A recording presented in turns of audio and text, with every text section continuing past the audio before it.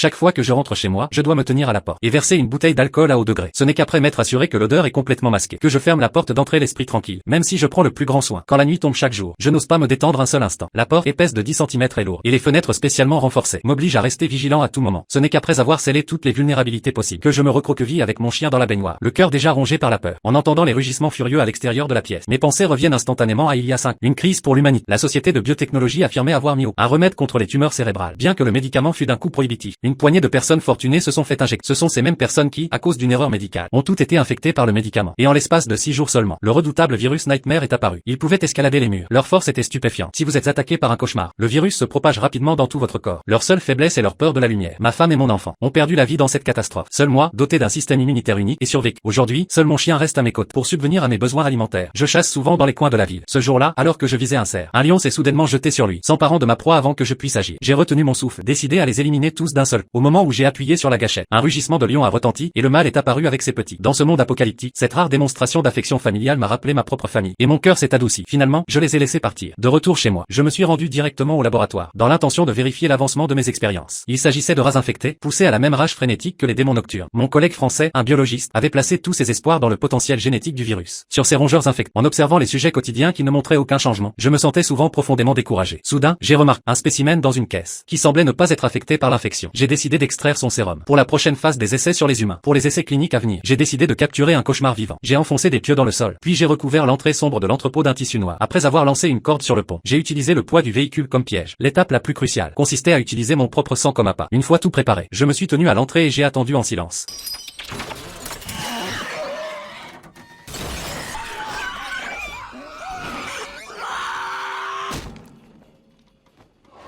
Soudain, un cauchemar féroce a jailli de l'obscurité. Il m'a regardé avec fureur, sa rage à fleur de peau menaçant de me dévorer tout entier. Pourtant, dans ses yeux, une défiance obstinée vacillait, comme s'il avait déjà acquis des émotions humaines. De retour au laboratoire, j'ai attaché le démon nocturne à la table d'opération, et j'ai commencé à lui administrer le sérum viral. À peine l'injection terminée, l'état de la créature a commencé à se stabiliser, ses signes vitaux diminuant progressivement. Soudain, elle a poussé un rugissement frénétique.